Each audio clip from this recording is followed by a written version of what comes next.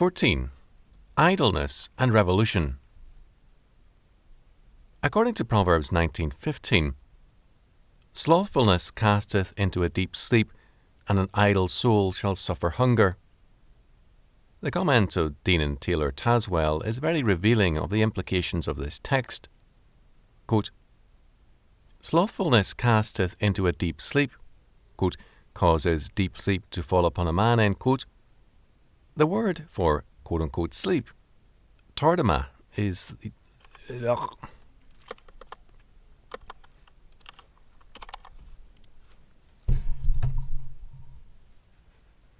Tordema is that used for the supernatural sleep of Adam when Eve was formed, Genesis 2:21, and implies profound insensibility. Aquila and Symmachus render it ecstasis, quote, transcend, quote. Slothfulness enervates a man, renders him as useless for labour as if he were actually asleep in his bed. It also enfeebles the mind, corrupts the higher faculties, converts a rational being into a witless animal. Otium est vivi hominis sepulchrum. Sepulchra.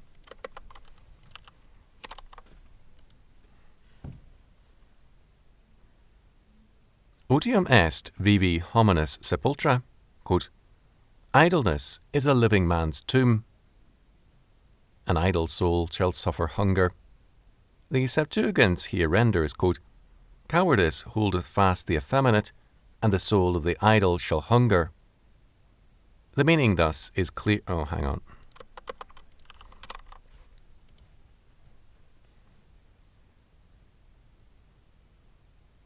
The meaning, end quote.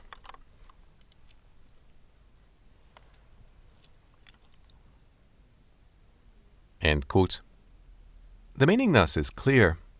Man was created in God's image to exercise dominion by means of work, knowledge, righteousness and holiness, and to subdue the earth under God. When man not only forsakes God, but also forsakes his calling and becomes a slothful, idle creature, the result is a radical deformation of man. The judgment of God then casts man into a deep sleep, an indifferent and judicial blindness to reality which destroys him. The Septuagint version makes clear a further meaning of the original. Idleness makes man effeminate. It is a renunciation of manhood. No civilization has yet existed which has not despised or condemned idleness, and yet in every culture many men, including those who condemn idleness, dream of attaining it. Why this schizophrenic perspective? Hatred of the so-called idle rich, who, while real, exist more often in men's imagination than in reality, is as old as mankind. But that hatred has often been prompted by envy not only of the wealth of the rich, but also of their ability to be idle. Men see something unmanly and unbecoming in idleness, and yet they long for it.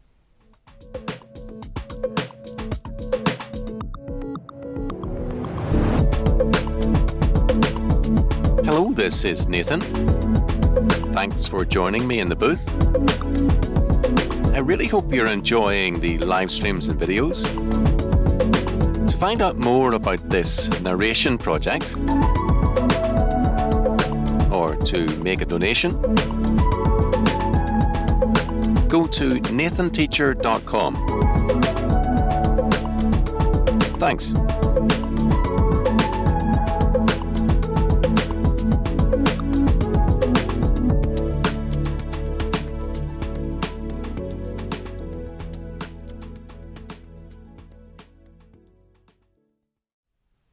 The root of this confusion lies in man's faulty dream of the Sabbath. Quote, the Sabbath was made for man, Luke 6:5. The Sabbath was made for man in the sense that it not only had a theocratic purpose, but an anthropocentric one as well. Man's nature calls for a Sabbath, for a triumphant rest in and from his labours. Man requires the opportunity to rejoice in and celebrate his work under God. The Sabbath is an occasion for happy confidence in the fact that our, quote, labour is not in vain in the Lord, 1 Corinthians 15:58. Christ is Lord of the Sabbath, not only as very God, but also as very man, as the one who brings us, as his members, into a kingdom where total success is inescapable, in that all things work together for good in God for those who love him and are the called according to his purpose. Romans 8:28. Everything in man's being calls for God's Sabbath, for triumphant rest and celebration. For the ungodly, this hope poses a problem. Being under the curse because of the fall, work for them is also under the curse, Genesis 3:17-19, as are all man's activities and efforts outside of God. For them, since work is a curse, as are all things, and since in work man's daily lot, the frustration of the curse comes into continual focus, escape from work into idleness becomes the humanist's Sabbath hope. Modern man thus has turned his back on God's Sabbath in favour of idleness, which he prefers to call leisure. He deludes himself into believing that leisure is somehow creative, whereas what he means by leisure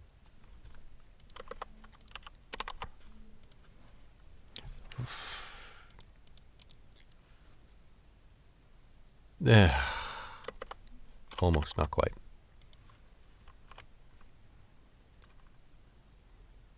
Whereas what he means by leisure activity is usually not only not creative activity, but also not even play. It is idleness. The word he applies to this idleness, leisure, is very revealing. It comes from the Old French plaisir, to be permitted, which in turn comes from the Latin licit. It is lawful. In effect, man is saying that God's Sabbath is no longer needed, and that man's flight from work and dominion into idleness is legal and allowable.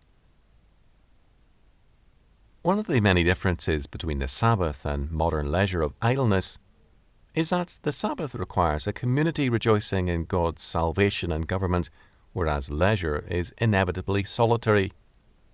A man in his leisure time may go to a baseball game with 40,000 people, but he goes and comes as an isolated person. He enters into no community with all those other men present.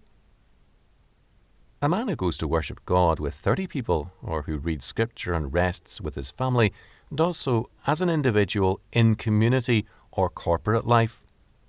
He is able to be in community with people on the Sabbath because he has been at work under God. Those who gather together on the Sabbath without having seen each other during the week have still been a community at work together for the glory of God. Isolation in quote-unquote rest, in leisure activity, goes hand in hand with isolation in all things else. Society has then given way to atomistic mass man.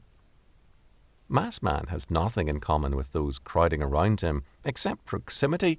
He is, quote, the lonely crowd, end quote, alone even when group-oriented, because the foundations of community life under God and in his calling are lacking. Mass man is alone in a crowd and trusts no one. A medieval thinker, John of Segovia, held that authority in all its forms depends upon credibility and trust, upon a fundamental faith which unites men. Where men are united in their faith in God, they are more ready to trust one another and to live peaceably together. He held that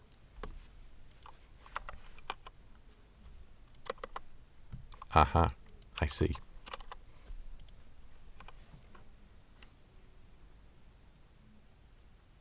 He held, he said, quote, that no state could exist without the mutual trust of men in each other in those matters which are not seen, and human society is unable to exist unless mutual trust is present, end quote. Without committing ourselves to every aspect of Segovia's thoughts, we can agree that it is an established religious authority, a godly authority which makes for a social climate of peace, trust, and growth. It is not necessary for men to be humanists, believing in man's supposed goodness, to have a climate of mutual trust. On the contrary, humanism, by putting its trust in man rather than in God's authority, erodes society and authority, and leads to distrust and trouble between man and man. Guilt, moreover, reinforces isolation, in that the guilty man is marked by, first, a flight from men, in that he is anxious to escape detection. This isolation is psychological. The guilty man may be part of a crowd, he may talk or confess compulsively, but he still remains isolated and lonely. Guilt before God not only isolates a man from God, but also from other men.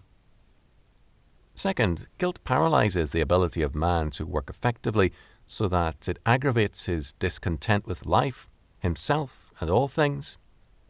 Third, there is, as we have seen, no forgiveness of sins with a computer. Databanks relentlessly compile a man's records. Was he treated for venereal disease or for drug addiction at a military hospital? It is then a part of his databank file, and there is no grace to wipe out that record or his inner guilt over the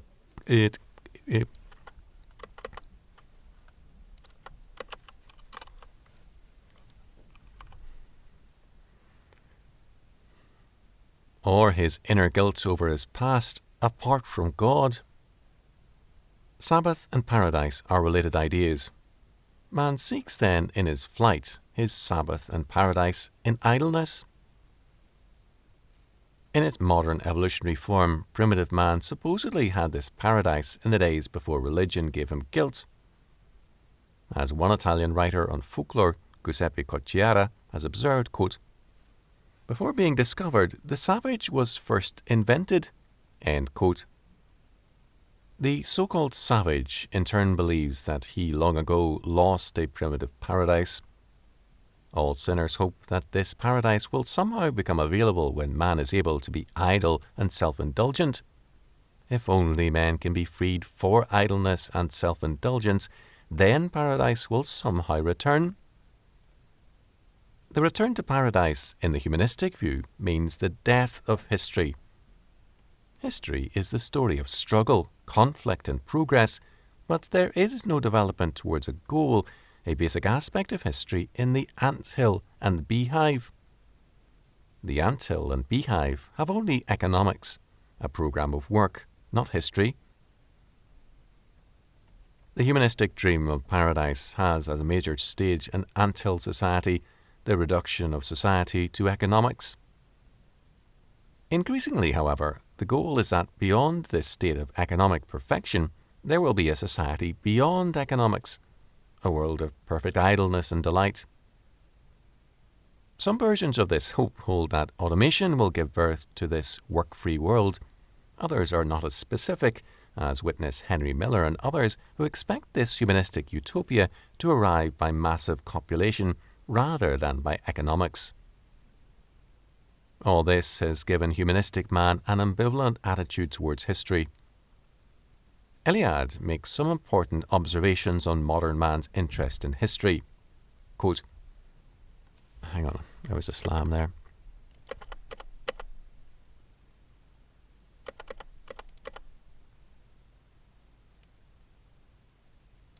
There was something.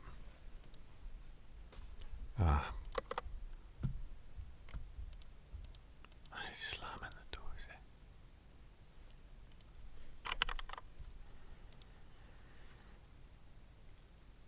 We need only one instance of the most specific features of our own civilization. No, that's not right, I just made it up.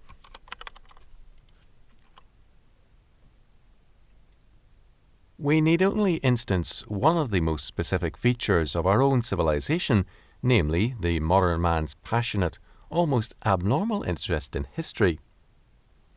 This interest is manifested in two distinct ways, which are, however, related. First, in what may be called a passion for historiography, the desire for an ever more complete and more exact knowledge of the past of humanity.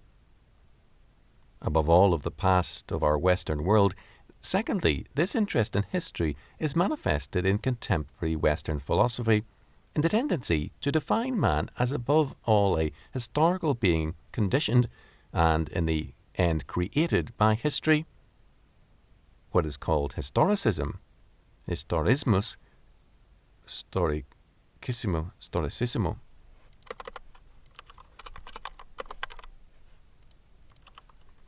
historismus storicissimo,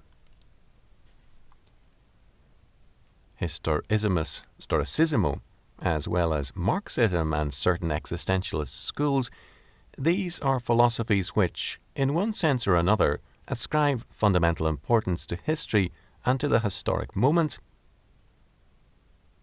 Let us now look at this passion for history from a standpoint outside of our own cultural perspective. In many religions, and even in the folklore of European peoples, we have found a belief that, at the moment of death, man remembers all his past life down to the minutest details, and that he cannot die before having remembered and relived the whole of his personal history. Upon the screen of memory, the dying man once more reviews his past. Considered from this point of view, the passion for historiography in modern culture would be a sign portending his imminent death. It is in trying to estimate this anguish in the face of death, that is, in trying to place it and evaluate it in a perspective other than our own, that the comparative approach begins to be instructive. Anguish before nothingness and death seems to be a specifically modern phenomenon. In all the other non-European cultures, that is, in the other religions, death is never felt as an absolute end or as nothingness. It is regarded rather as a rite of passage to another mode of being, and for that reason always referred to in relation to the symbolisms and the rituals of initiation, rebirth, or resurrection. This is not to say that the non-European does not know the experience of anguish before death. The emotion is experienced, of course, but not as something absurd or futile.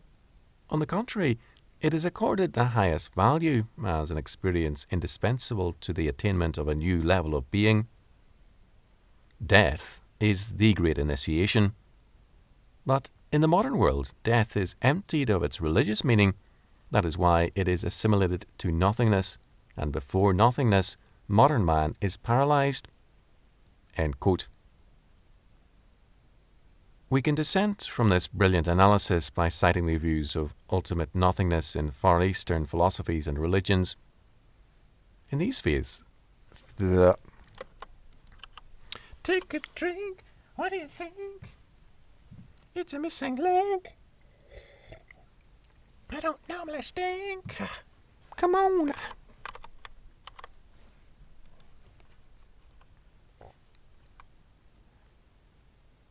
In these faiths, life itself is regarded as meaningless, and death is, as a result, an escape and a relief from karma. Western thought still retains a biblical love of life and a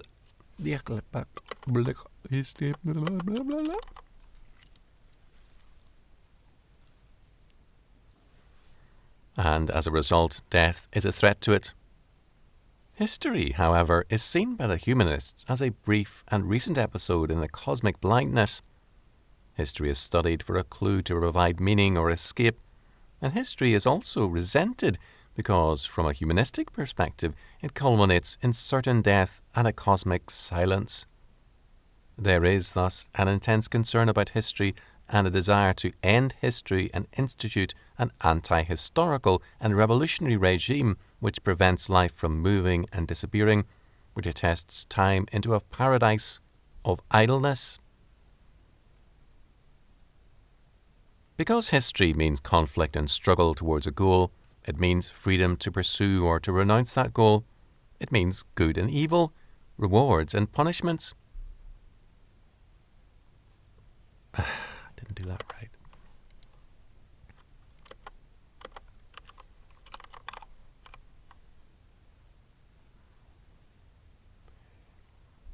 Rewards and punishment. This, however, is not to the taste of those who forsake manhood for idleness. They do not want freedom. They want the perfection of a sinner's paradise, where there is no judgment, no consequences, no work and no death, only idleness in which to experience pleasures.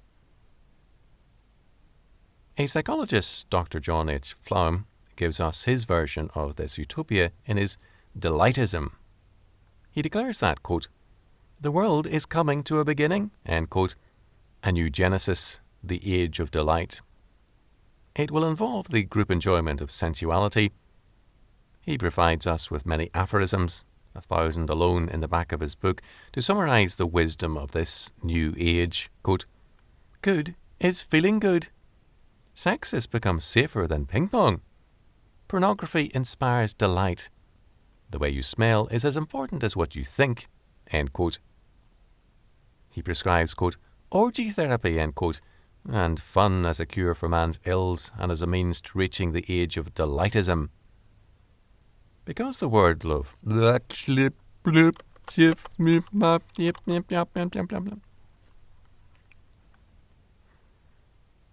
Because the world of delightism, post-historical man, utopia, or whatever else humanists choose to call it, lacks any sense of history, it is out of touch with reality. It belongs to the realm of fantasy and dreams. It is the world of idle imagination. Such a state of mind is also revolutionary. The revolutionist is intensely absorbed in history. He rages against its meaning and direction, its problems and tensions, and he studies history with a passionate rage. At the same time, he wants to destroy history. He is insistent that the world of purpose and consequence can be wiped out and nullified and replaced by a revolutionary regime which is dedicated to the dream of paradise as idleness. Thus, both idleness and the dream or hope of idleness put man out of touch with the world of reality and imbue him with a revolutionary hostility against it. Revolutionary movements are uniformly hostile to religion and are dedicated especially to militant hostility against biblical revelation. There is a necessary reason for this. Revelation is the communication to man of God's will and purpose, and it is set down in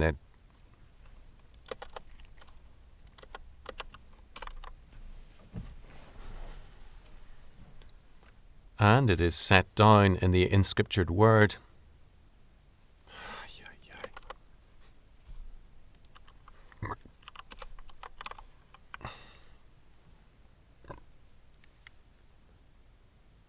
This revelation not only declares God's sovereign claims on man, but also charts the purpose of God for man in history. Man is to exercise dominion and to subdue the earth under God by means of God's law word.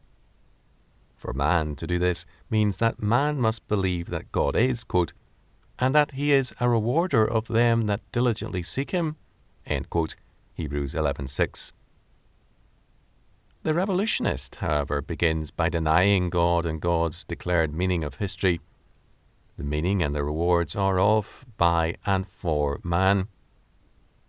Revolution is the communication and attempted imposition by man of man's own determined meaning on the world and time.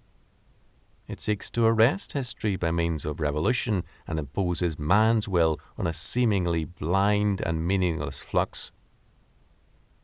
The revolutionist denies God and is at war with God. The alternative to God is logically a blind and meaningless flux or change, and the revolutionist is in turn at war against that. Against God and chaos, he asserts man and man's world. He seeks, like God, to possess aseity, self-being, to be the only Lord and Creator, and to be self-existent. Very quickly, his grandiose world of aseity becomes delightism, idleness, and suicide. As Christ, speaking his wisdom, declared long ago, quote, "He that sinneth again,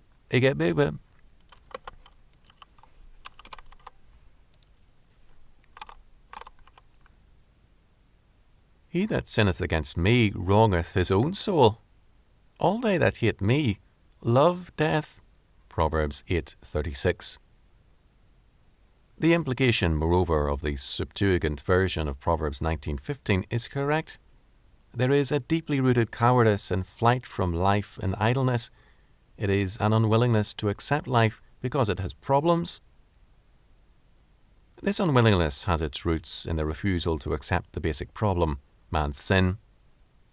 When man refuses to accept the last of his sin, he thereby precludes salvation from that sin.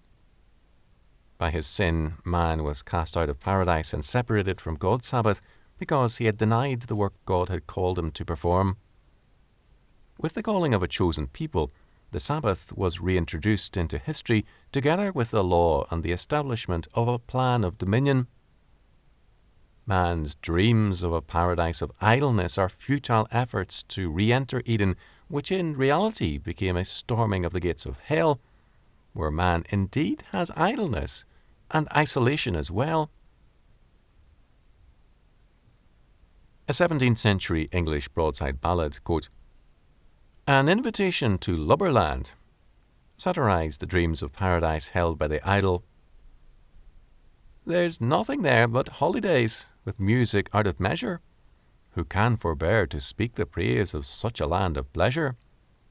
There you may lead a lazy life, free from all kinds of labour, and he that is without a wife may borrow of his neighbour."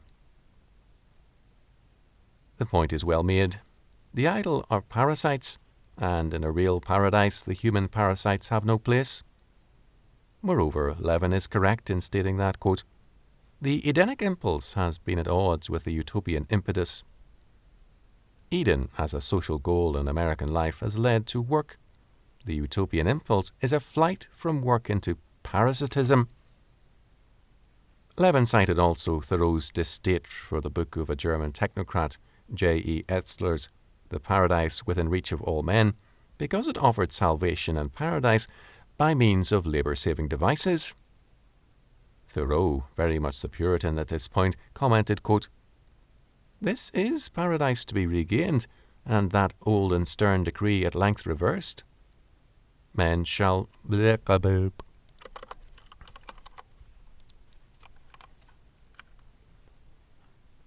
Man shall no more earn his living by the sweat of his brow. All labour shall be reduced to, quote, a short turn of some crank, end quote, and, quote, taking the finished articles away, end quote. But there is a crank. Oh, how hard to be turned. Could there not be a crank upon a crank, an infinitely small crank? We would fain inquire. No, alas not. But there is a certain dim energy in every man, but sparingly employed as yet, which may be called the crank within, quite indispensable to all work. Would that we might get our hands on its handle. In fact, no work can be shirked. It may be postponed indefinitely, but not infinitely. Nor can any really important work be made easier by cooperation or machinery. End quote. All right, bit of a shorter chapter this time. Whew, thanks for tuning in. Another mind-blowingly important chapter. Let me get my specs on so I can see. Where are we? All right, guys, thanks for tuning in, and I hope to see you in XV. XV. See you soon.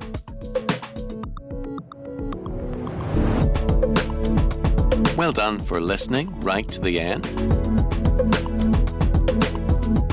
If you would like to know more about this important Christian audiobook project, please go to nathanteacher.com. Thanks.